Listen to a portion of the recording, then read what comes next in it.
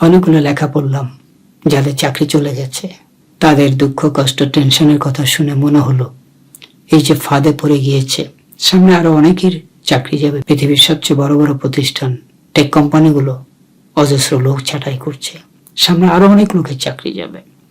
সেই জন্য তৈরি থাকা দরকার। এটি ঘটবে, কিন্তু আমি আপনি তৈরি কিনা? তৈরি যদি থাকি তাহলে দুঃখ কষ্ট টেনশনকে মোকাবেলার জন্য রেডি হতে হবে। এটা কাউকে বলে লাভ নাই, কারো উপর দোষ দিয়েও লাভ নাই। আপনার জীবন, আপনার কষ্ট, আপনার টেনশন, আমার দুঃখ, আমার কষ্ট, আমার টেনশন সব আমাদেরকেই যা যাটা বহন করতে হবে। আসসালামু আলাইকুম। আপনি কি কখনো জীবনের ফাঁদে পড়েছেন? জীবনের প্রতি পদে পদে ফাঁদ থাকে, সেই ফাঁদ থেকে আমরা নিজেদেরকে কিভাবে রক্ষা করে একটি সুন্দর জীবনের দিকে এগিয়ে যেতে পারি। এই মুহূর্তে সারা বিশ্বে বড় বড় কোম্পানিগুলো লোক ছাঁটাই করছে, প্রচুর মানুষ তার জীবিকা হারাচ্ছেন, কর্মহীন হচ্ছেন। এসব কর্মহীন বা যাদের চাকরি চলে যাচ্ছে তাদের বিভিন্ন মনের ক্ষোভ, দুঃখ, বেদনা তারা নানা জায়গায় নানাভাবে প্রকাশ করছেন। সেগুলো খুব দুঃখজনক, কিন্তু খুব গভীরভাবে যদি আমরা দেখি, এই যে দুঃখের প্রকাশ বেশিরভাগ ক্ষেত্রে দেখা যাচ্ছে তাদের বক্তব্য কাছাকাছি। সেটি হচ্ছে যে কোম্পানির জন্য এত কিছু করলাম, কোম্পানি আস্তে আস্তে দাঁড়ালো আমাদের শ্রমের উপর দিয়েই, কিন্তু আজকে বিপদে কোম্পানি আমাদের কথা ভুলে গেল। আমরা তো কোম্পানির কথা ভুলি নাই, জীবন যৌবনের সমস্ত শ্রম দিয়ে কোম্পানিকে দাঁড় করিয়েছি, আর আজকে বিপদের সময় আমাদেরকে আরো বিপদে ফেলে দিল। কিসের জন্য এত পরিশ্রম করলাম, কার জন্য করলাম? কি নিষ্ঠুর এসব প্রতিষ্ঠানগুলো। দেখা যাচ্ছে তারা তাদের সহকর্মী যাদের হয়তো জব আছে, আর তাদের প্রতি বা সেই কোম্পানির প্রতি বা সেই প্রতিষ্ঠানের প্রতি নেতিবাচক দৃষ্টিভঙ্গি প্রকাশ করছে। এটা আসলে কতটা ঠিক? আমরা কেন আসলে আমাদের জীবন জীবনের একটি বড় অংশ কোম্পানিকে বা প্রতিষ্ঠানকে দেই? কতটা দেওয়া উচিত? যতটা দেওয়া উচিত ততটা দিচ্ছি কিনা, এটি একটি বিষয়। তবে আমাদের মতো দেশে আমরা অনেক বেশি দিয়ে থাকি। খেয়াল করবেন যে মোটামুটি সপ্তাহে আসলে 40 ঘন্টার বেশি কাজ করার কথা নয়। আপনি একজন শিক্ষিত মানুষ, আপনি চাকরি করবেন, আর সপ্তাহে 40 ঘন্টা বা 45 ঘন্টার মতো কাজ করার কথা, এর বেশি না। কিন্তু আমরা দেখছি বাংলাদেশে একজন কর্মজীবী মোরলেস সপ্তাহে কমপক্ষে 70 থেকে 80 ঘন্টা কাজ করছে। যেমন ধরুন, কেউ 5 দিনের অফিসে কাজ করছে, কেউ 6 দিনের অফিসে কাজ করছে। আপনি একটু যদি খেয়াল করেন অবাক হবেন, যিনি 6 দিনের অফিসে কাজ করছেন তিনি যে জীবনে কত ভাবে বঞ্চিত হন তার হিসাব নাই। বছরে তিনি 52 দিন বেশি কাজ করেন, যেটি প্রায় 2.5 মাস স্যালারির সমান। ওয়ার্কডে হিসাবে এই 52 দিন ছুটি তিনি কম পাচ্ছেন। যিনি সপ্তাহে 5 দিন কাজ করছেন তিনি 104 দিন ছুটি এমনিতেই পাচ্ছেন, আর যিনি সপ্তাহে 1 দিন ছুটি পাচ্ছেন, 6 দিন কাজ করছেন, তিনি ছুটি পাচ্ছেন 52 দিন। জীবন থেকে 52 দিন চলে যায় কোম্পানির পিছনে। এভাবে দেখবেন যে 30 বছরের কর্মজীবনে 3.5 থেকে 5 বছর আপনি শুধু দিনের হিসাবে বেশি দিচ্ছেন। 5 দিনের জায়গায় যদি 6 দিনের অফিসে কাজ করেন, এই যে আপনি জীবন থেকে অতিরিক্ত 4 বছর 5 বছর অতিরিক্ত কোনো কারণ ছাড়াই আপনি কোম্পানিকে দিয়ে দিলেন। কেন দিলেন? 6 দিনের অফিসে কাজ করলে আপনার জীবন থেকে অতিরিক্ত সময় চলে যায়। অর্থাৎ আপনি বছরে কাজ করেন অ্যাকচুয়ালি ওয়ার্কের হিসাবে 14.5 মাস, কিন্তু আপনাকে বেতন দেওয়া হয় 12 মাসের। তাহলে এই দেখেন, 5 দিনের 6 দিনের ফাঁদের মধ্যে পড়ে, 1 দিনের ফাঁদে পড়ে আপনি জীবন থেকে 5 বছরের বেশি সময় এক্সট্রা অতিরিক্ত, যেটার জন্য আপনি কোনো মূল্য পান না, কোনো অর্থ পান না। এভাবে আপনি কোম্পানিকে 5টা বছর আপনার জীবন থেকে দিয়ে দিচ্ছেন। আবার দেখা যায় যেগুলো 6 দিনের অফিস, মজার ব্যাপার হলো 5 দিনের অফিসগুলোর এনভায়রনমেন্ট একটু ভালো হয়, সেখানে মোটামুটি 40-45 ঘন্টার মধ্যে কাজ করে তারা সাপ্তাহিক, কিন্তু যেখানে 6 দিন কাজ করতে হয় সেখানে ইন্টারেস্টিং বিষয় হলো সেখানে খাটায়ও বেশি। একে তো আপনি একদিন বেশি কাজ করছেন, আবার দেখা যায় যে খাটাচ্ছ বেশি, সেখানে হয়তো পার ডে আপনার 10 ঘন্টা 11 ঘন্টা পরিশ্রম করতে হচ্ছে, যেখানে পরিশ্রম করার কথা 8 ঘন্টা। তাহলে আপনার জীবন থেকে কত সময় চলে যাচ্ছে। আপনাকে বেতন দেওয়া হচ্ছে কিন্তু 40 আওয়ার্স হিসাবে উইকলি, 160 ঘন্টার বেশি কাজ করার কথা না, সেখানে আপনি কাজ করেন কত 300 ঘন্টা, দ্বিগুণের বেশি কাজ করছেন, বেতন কিন্তু একই। তাহলে সপ্তাহে 40 ঘন্টার কথা বলে আপনি বা মাসে হয়তো 150 থেকে 160 বা 170 ঘন্টা কাজ করার কথা, আপনি সেখানে কাজ করছেন 300 ঘন্টা বা 280 ঘন্টা। তার মানে এই যে সময়টা চলে গেল, এই সময়টা কার? এই সময়টা আপনার, আপনার জীবনের। এই সময়টা আপনি কোথায় দিতে পারতেন? নিজের জন্য দিতে পারতেন, নিজের পরিবারকে দিতে পারতেন, নিজের অন্যান্য কাজ করতে পারতেন, নিজে একটু শান্তিতে থাকতে পারতেন। এই শহরগুলোতে যদি 6 দিনের অফিস কেউ করে, তার জন্য একটা দিন মুহূর্তের মধ্যে চলে যায়, সে জীবনে কোনো সময় পায় না। এবং সেই মানুষগুলো নিজেকে যে তৈরি করবে, কোনো একটা জায়গায় ভর্তি হবে, কোনো একটা সার্টিফাইড কোর্স করবে, সেটাও তার জন্য চরম কঠিন হয়ে পড়ে। যানজটের শহরগুলোতে যদি আপনি 6 দিন অফিস করেন, জীবনটা হেল হয়ে যায়। এবং একই সাথে শুধু কি 6 দিন, সেটা হচ্ছে কখন যে অফিসে ঢুকতে হবে ঠিক সময়, কিন্তু বের হবেন কখন তার ঠিক নাই। এই যে একটা বৈষম্য চলছে, এবং সেই কারণে আপনি আপনার জীবন থেকে কত সময় দিচ্ছেন কখনো কি খেয়াল করেছেন? একটু যদি চেষ্টা করা যায়, একটু যদি স্কিল বাড়ানো যায়, তাহলে আপনাকে এই 6 দিনের অফিসের কাজ থেকে দূরে থাকা উচিত। কেন আপনি 6 দিনের অফিসে কাজ করবেন? বছরে আপনি 52 দিন এক্সট্রা দিচ্ছেন, অথচ যে 5 দিন অফিস করছে সে যে আপনার চেয়ে স্যালারি কম পাচ্ছে তা নয়, বরং হিসাব করে দেখেন সে বেশি পাচ্ছে। সে নিজেকে তৈরি করছে, একদিন সময়টাকে নিজের ক্যারিয়ারের জন্য, জীবনের জন্য তৈরি করছে, সন্তানকে বেশি সময় দিচ্ছে, পরিবারের সাথে তার বন্ধনটা আরো ভালো হচ্ছে। আর 6 দিন অফিস করলে যেতে যেতে বাসায় রাত অনেক হয়ে যায়, শুয়ে পড়লাম, আবার সকালে উঠে আবার দুধ দিয়ে। এটার নাম জীবন কিনা সেটা আপনি চিন্তা করবেন। আপনি বলতে পারেন যে করার কি আছে, এটাই বাস্তবতা। আসলে কি এটাই বাস্তবতা কিনা? আপনি কি এই ফাঁদ থেকে মুক্ত হতে পারেন কিনা, কিংবা এই ফাঁদ থেকে মুক্ত হওয়ার জন্য আপনি কিছু করেছেন কিনা, করছেন কিনা? আমাদের জীবনের সব সময় তো কোম্পানিকে দেওয়ার জন্য পৃথিবীতে আমরা আসি নাই। এবং অনেক মানুষই আছে বাংলাদেশের, যেটি বললাম, কোম্পানির গুণগান বেশি গায়। বিখ্যাত একটি প্রবাদ আছে, কোম্পানিকে ভালো না বেসে নিজের কাজকে ভালোবাসেন। কাজ শিখলে আপনি নানা জায়গায় কাজ পাবেন। এই কোম্পানির ব্র্যান্ড নিয়ে গর্ব করতে করতে করতে করতে সে একটা ব্র্যান্ড প্রতিষ্ঠানে আছে, এই নিয়ে গর্ব করতে করতে তার যে নিজেকে ডেভেলপমেন্টের অনেক কাজ বাকি, অনেক কিছু করতে হবে, সেগুলো ভুলে যায়। এবং একটা সময় কোম্পানি তাকে ভুলে যায়। যে মানুষ তার ক্যারিয়ারের স্কিল বৃদ্ধি করে না, নিজেকে সমৃদ্ধ করে না, নিজের দক্ষতা বাড়ায় না, একদিন সেই কোম্পানি তার দিকে তাকায় না। বিশেষ করে বিশ্বে যখন সংকট চলছে, তখন কি হয় জানেন? তখন প্রথমে কাদেরকে ছাঁটাই করে?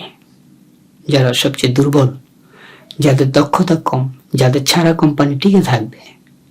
সবচেয়ে দক্ষদের কখনো ছাঁটাই করে না, কারণ দক্ষদের ছাঁটাই করলে কোম্পানি আরো বিপদে পড়বে, আরো ক্রাইসিসে পড়বে।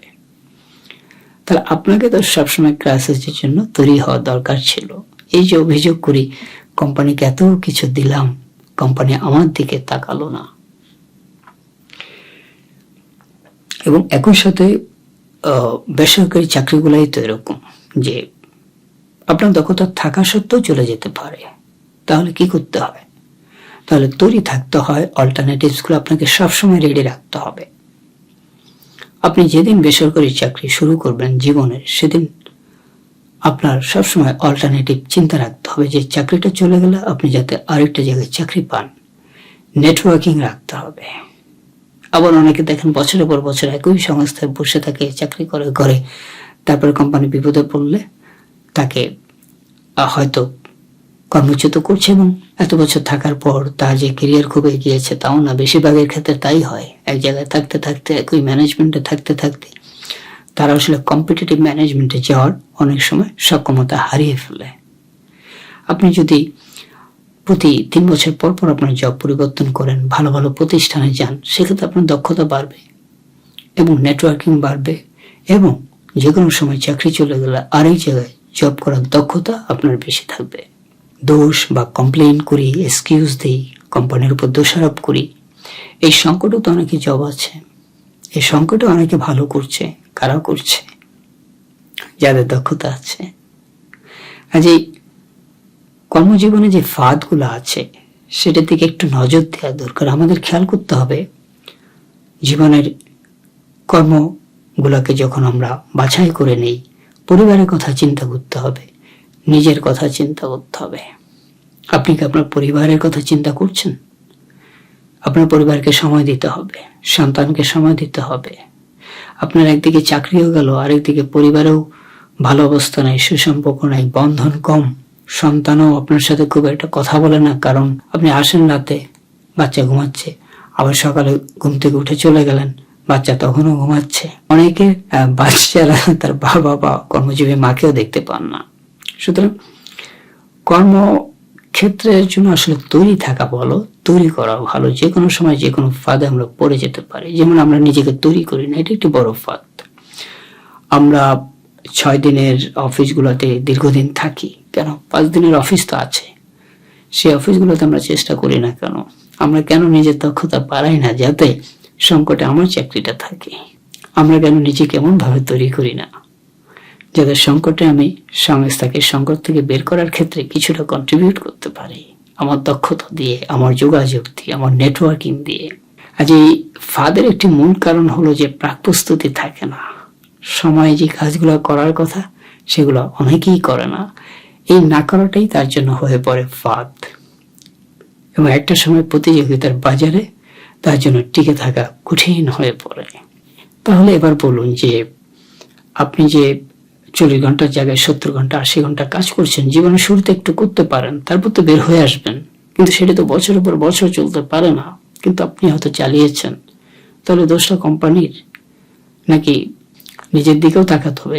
নিজে যে অনেক কিছু করে নাই, কোম্পানিকে দোষারোপ করলে চলবে না। কোম্পানি ঠিক আছে আপনাকে কর্মচ্যুত করেছে, অন্য কোম্পানিতে আপনাকে ডাকবে যদি আপনার দক্ষতা থাকে। এবং বলা হয় ক্রাইসিস ক্রিয়েটস অপরচুনিটিস।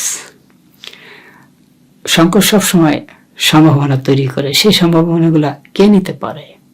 যে আগে থেকে তৈরি হয়। সুতরাং তৈরি না হওয়া একটি ফাঁদ। এবং অফিসে অতিরিক্ত সময় দেওয়াটা, এটি অনেকের অভ্যাসে আছে, ভাবছে যে অফিসে একটু সময় দিলে বোধহয় অনেক কিছু পাওয়া যাবে। না, অফিসে বেশি সময় দেওয়া হচ্ছে, নিজেকে তৈরি করা অনেক জরুরি। দিনের শেষে the end of the day who wins? The skill person, the skill person, the efficient person. তো আগে থেকে যদি আমরা বুঝতে পারি যে জীবনের সময়গুলো আমরা কোথায় দিব, কিভাবে দিব, কতটা দিব, এবং সেই বিষয়ে আসলে ছাড় নাই। আপনি পৃথিবীতে আসছেন স্বল্প সময়ের জন্য, সেই স্বল্প সময় পুরোটা কোম্পানির পেছনে দিয়ে, প্রতিষ্ঠানের পেছনে দিয়ে একটা ক্লান্তিকর ঘানি টানার জীবনযাপনের জন্য আমরা কেউ পৃথিবীতে আসিনি। এবং এই পৃথিবীতে আমরা যদি চেষ্টা করি, ভালো থাকার হাজারো পথ রয়েছে। আপনাকে ঘানি টানতে হবে না, অফিসে ক্লান্তিকর কাজ করতে হবে না। সময় মতো নিজেকে তৈরি করলে এবং কমপ্লেইনের অভ্যাসটা যদি আমাদের জীবন থেকে বাদ দিতে পারি, নো কমপ্লেইন। আপনি জানেন ভালো থাকার একটি ফর্মুলা হচ্ছে নো কমপ্লেইন, নো এক্সকিউজ। যত দায় সব আমার, রেসপন্সিবিলিটি কাঁধে নিয়ে সেটাকে সলভ করুন। চ্যালেঞ্জ মোকাবেলার জন্য তৈরি হইতে হবে। তৈরি হওয়াটা জরুরি, যেটি অল্প কিছুর মধ্যে আছে 5 to 10%। আমি 3 থেকে 4 হাজার বিভিন্ন সংস্থার প্রফেশনালদের সাথে কাজ করেছি, তাদের সাথে কথা বলেছি। তো সেক্ষেত্রে বেশিরভাগ ক্ষেত্রে দেখেছি যে তাদের যে সামনের উন্নয়নের পরিকল্পনা, তাদের স্বপ্ন আছে 10 বছরে সিনিয়র ম্যানেজার হবে, 12 বছরে এটা হবে, অনেক স্বপ্ন আছে। কিন্তু স্বপ্নগুলোকে পূরণের জন্য যে প্ল্যান করা দরকার, যে অ্যাকশন প্ল্যানগুলো করা দরকার, যে কাজগুলো করতেই হবে ইন টাইম, সেগুলো অনেকের নাই, যার ফলে যা হওয়ার তাই হয়, তার স্বপ্নগুলো স্বপ্নই থেকে যায় আর আগায় না। কিন্তু এটি তো জীবন নয়, জীবন অনেক সুন্দর। ক্লান্তিকর ঘানি টানার যে জীবন, সেটিতে জীবনের সৌন্দর্যকে আপনি আবিষ্কার করতে পারবেন না। একটা শান্তিময় প্রশান্তিময় জীবনের জন্য পরিকল্পনা দরকার, প্রচেষ্টা দরকার। বিনা সাধনায় কি কিছু মেলে? বিনা সাধনায় আপনি একটি সুন্দর জীবন পাবেন এর সম্ভাবনা খুবই কম। যদি পিতামাতা পূর্বপুরুষ প্রচুর রেখে যায়, সেই সংখ্যাটি তো কম। কিন্তু আপনাকে সাধনা করতে হবে, তৈরি হওয়ার সাধনা। নিজেকে তৈরি করলে, সাধনা দিয়ে তৈরি করলে আপনাকে 6 দিনের অফিসে জব করতে হবে না। আবার 6 দিনের অফিসে জব করতে হলেও এই যে সপ্তাহে 70-80 ঘন্টা, এটা একটা ক্লান্তিকর, জীবনের শক্তিকে শেষ করে দেয়। আপনার সন্তানের সময়কে কেড়ে নিচ্ছে, যে সময়টা আপনার সন্তানকে দেওয়ার কথা, যে সময়টা আপনার সহধর্মিণীকে দেওয়ার কথা বা আপনার পার্টনারকে দেওয়ার কথা, সেটি আপনি দিতে পারছেন না। অফিস নিয়ে নিচ্ছে কিছু টাকা দিয়ে। কত টাকা দেয়? 40 ঘন্টার যে বেতন আপনাকে হয়তো 70-80 ঘন্টা পরিশ্রম করিয়ে দিচ্ছে, আর আপনাকে সেটা মেনে নিতে হচ্ছে। আপনাকে মেনে নিতে হচ্ছে কেন? কেন আপনি এটা মেনে নিচ্ছেন? অনেক মানুষ আছে এটা মেনে নেয় না, এবং তারা তাদেরকে তৈরি করে তারা যেমন চায় তেমনটি তারা পায়। আপনি যদি নিজেকে তৈরি করেন, তাহলে এভাবে জীবনের প্রায় সব সময় শক্তি প্রতিষ্ঠানের পিছনে দিতে হবে না, এবং একদিন বলতে হবে না এত পরিশ্রম করলাম, এত কিছু করলাম, আজকে প্রতিষ্ঠান দাঁড়ায় গেছে, আমাদের ভুলে গেছে। ভাই, দুনিয়াটা কি খারাপ! এই দুনিয়া খারাপ, এই দুনিয়া কারো বিশ্বাস করা যায় না। মানুষ এত নিষ্ঠুর, কোম্পানি এত নিষ্ঠুর। হ্যাঁ, এই জগৎটাই অনেকটাই নিষ্ঠুরতায় পরিপূর্ণ। স্বার্থবাদী মানুষ আছে চারপাশে, আপনাকে ব্যবহার করবে, ছেড়ে ফেলবে। আপনি জানেন আপনাকে ব্যবহার হতে দিচ্ছেন কেন? That's the question you ask yourself. আপনি নিজেকে প্রশ্ন করেন, কেন আপনাকে ব্যবহার করতে দিচ্ছেন? Life is short, very short.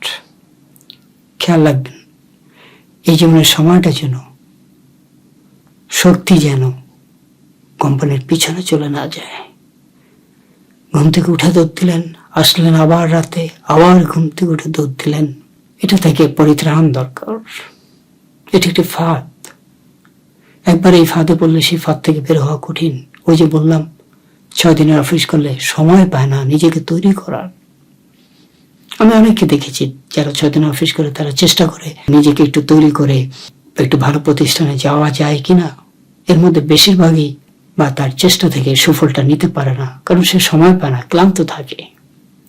একটা সার্টিফিকেট কোর্স করবে, সেখানে ক্লাস করতে হয়, পরীক্ষা দিতে হয়, অ্যাসাইনমেন্ট জমা দিতে হয়। এই 6 দিনের অফিস করে খুব কষ্ট হয় না। সো আপনি কি এভাবেই চলবেন? এভাবেই কি ক্লান্তিকর ঘানিময় জীবনযাপন করবেন? নাকি একই সাথে আপনার পাশেই দেখেন আরেকজন কিন্তু সুন্দর জীবনযাপন করছে, 5 দিনের অফিস করছে, সপ্তাহে 40 ঘন্টার বেশি কাজ করছে না, পরিবারকে সময় দিচ্ছে, সন্তানকে সময় দিচ্ছে, বেতন আপনার চেয়ে কম পাচ্ছে না, বেতন আপনার চেয়ে বেশি পাচ্ছে। আপনি বছরে কি পরিমাণ যে ঠকছেন তার কোনো হিসাব নাই। কেন ঠকবেন? আপনার জীবনের সময় বিনা কারণে ঘরের লোকদেরকে বঞ্চিত করে, নিজেকে বঞ্চিত করে কেন আরেকজনকে দেবেন? দান করেন অন্য কিছু, মানুষকে দান করবেন, কিন্তু আসল লোকদের নিজেকে বঞ্চিত করে, ঘরের লোকদের বঞ্চিত করে, সন্তানদেরকে বঞ্চিত করে, কোম্পানির প্রফিটের খাতার লাভের অঙ্ক বাড়ানোর জন্য জীবন যৌবন দিয়ে দেবেন। এটি একটি ফাঁদ। এই ফাঁদটি নিয়ে চিন্তা করুন এবং সেখান থেকে বেরিয়ে আসুন। কাউকে দোষ দিয়ে লাভ নাই, কাউকে দায়ী করে লাভ নাই। কমপ্লেইন করে এই জগতে কিছুই হয় না। আপনাকে সলিউশনে যেতে হবে। এই ভিডিওটি তৈরির একটি উদ্দেশ্য হলো, অনেকগুলো লেখা পড়লাম যাদের চাকরি চলে গেছে, তাদের দুঃখ কষ্ট টেনশনের কথা শুনে মনে হলো এই যে ফাঁদে পড়ে গিয়েছে, সামনে আরো অনেকের চাকরি যাবে। পৃথিবীর সবচেয়ে বড় বড় প্রতিষ্ঠান, টেক কোম্পানিগুলো অজস্র লোক ছাঁটাই করছে, সামনে আরো অনেক লোকের চাকরি যাবে। সেই জন্য তৈরি থাকা দরকার। এটি ঘটবে কিন্তু আমি আপনি তৈরি কিনা। তৈরি যদি থাকি তাহলে দুঃখ কষ্ট টেনশনকে মোকাবেলার জন্য রেডি হতে হবে। এটা কাউকে বলে লাভ নাই, কারো উপর দোষ দিয়েও লাভ নাই।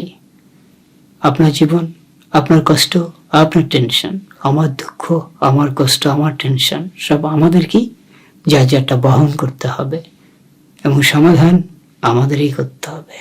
অন্যকে দায়ী করে একটা ফাঁদ, আমরা যেন কোনো মতেই সেই ফাঁদে না পড়ি। আজ এ পর্যন্তই, আবার কথা হবে, দেখা হবে ইনশাল্লাহ।